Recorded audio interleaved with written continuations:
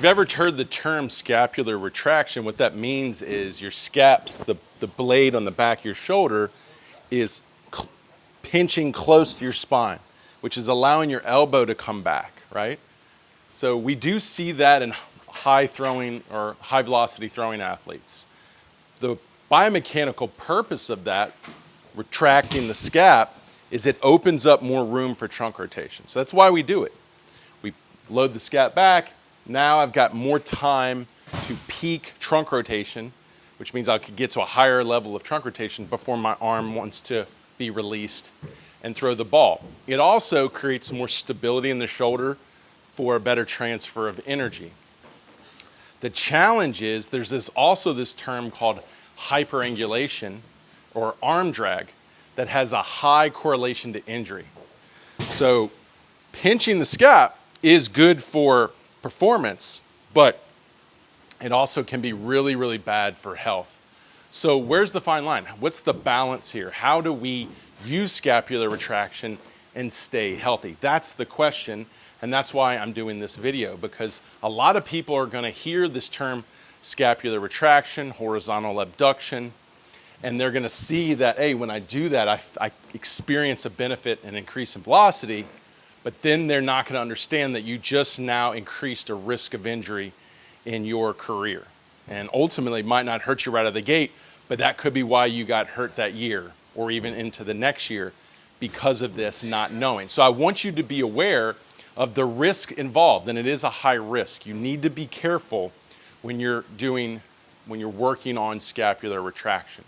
So to understand how this can fall into injury is gonna help you better use it for performance without significantly increasing your risk of injury. So some of the bad things I see are those kind of exercises that are feeding into the injury problem with it is when you're training the scapular retraction or you're putting your body in a retracted position with your hips open and shoulders open. Basically no separation between the pelvis orientation and the shoulder orientation. They're basically in sync. So you'll see guys say come over to this wall, their feet will be straight, their hips will be straight, their trunk will be straight, then they put their arm back and they stretch their pec into this position. Now, you're getting a stretch, but that's definitely not where you want to be on the mound or throwing. If I'm in a position where at landing, my hips are open, my shoulders open, my arm is behind my back, that is the perfect definition of hyperangulation and arm drag. That is what will lead to the injury. So be careful doing drills that are teaching you to bring your hip and shoulder together and to drag your arm behind it. That's drills that will feed injury.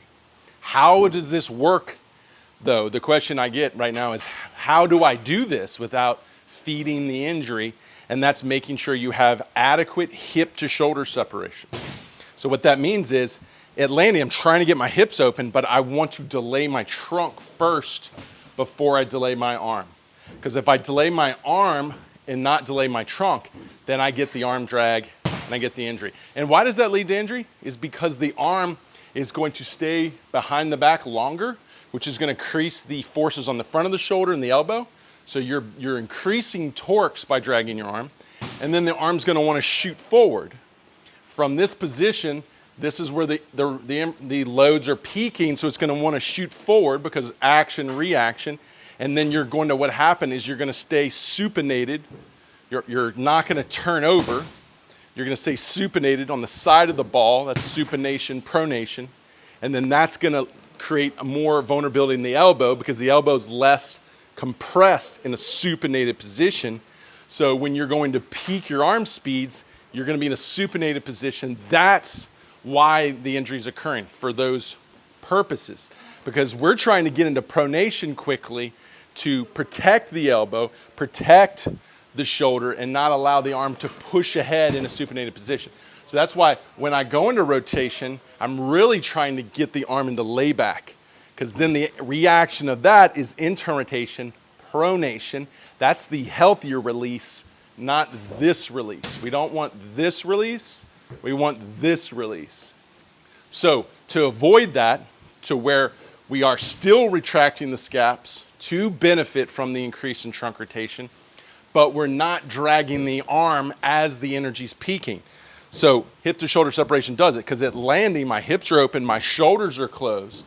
Now I'm retracted. I pinch the scap to retract it. Now I've created room for trunk rotation. But the moment I start to rotate my trunk, my elbow has to then adduct, because this is abduction, adduct back up with the shoulder so it can then go into layback. Because at the end of the day, we want the arm peaking or energy funneling to the arm at peak from an external rotated position, not from an horizontally abducted or hyper-angulated or dragging arm position. So we don't want the energy jumping to the arm when it's behind our back. We want the energy jumping to our arm when it's in layback. Okay? I'm not saying we can hurt ourselves that way. It's just less chance of hurting yourself when you're in layback when the arm is going to receive the energy, as opposed when you're in the retracted position or the horizontally abducted position. So that means if you don't separate, what's going to happen is the hip and shoulder comes together, and then the arm is going to stay back to delay and funnel the energy late. Because if the hip and shoulder are coming together, that means at landing, as you're driving your hip, you're driving your trunk. And if you keep your scaps not retracted and the elbow together, you're going to release the ball really early in the motion, kind of like a hitter. As he touches front foot, he's already swinging, and you're going to kill all the velocity. So what you're going to do is use the scapular retraction against the synced hips and shoulders to try to delay the funneling of energy, to get more energy to the ball, but at the cost of the shoulder and elbow. So when we're separated, now at landing, the hips are open and the trunk hasn't gone yet. The scaps are retracted. Now the trunk's going to go. You're going to see an increase in energy between the hips and shoulder separation. That's a kinetic sequence. That's what happens. The energy will amplify up like a catapult or a whip. And then the arm has time now to sink back up to the shoulder and get into layback, which then is going to support a forward trunk release, which is even more time and more momentum inertia to pump to the ball. I know that's a lot of science all in one, and that's why a lot of people don't understand this, because so much is happening, and it can go so wrong so fast. So you just need to understand, if my hips and shoulders are coming together and I'm retracting the shoulder, I'm in drag. And the moment the energy wants to funnel to the arm, I'm going to be behind the back, which is going to be really hard on the shoulder and elbow. If I'm separated, hips and shoulders at landing, my trunk's going to come around.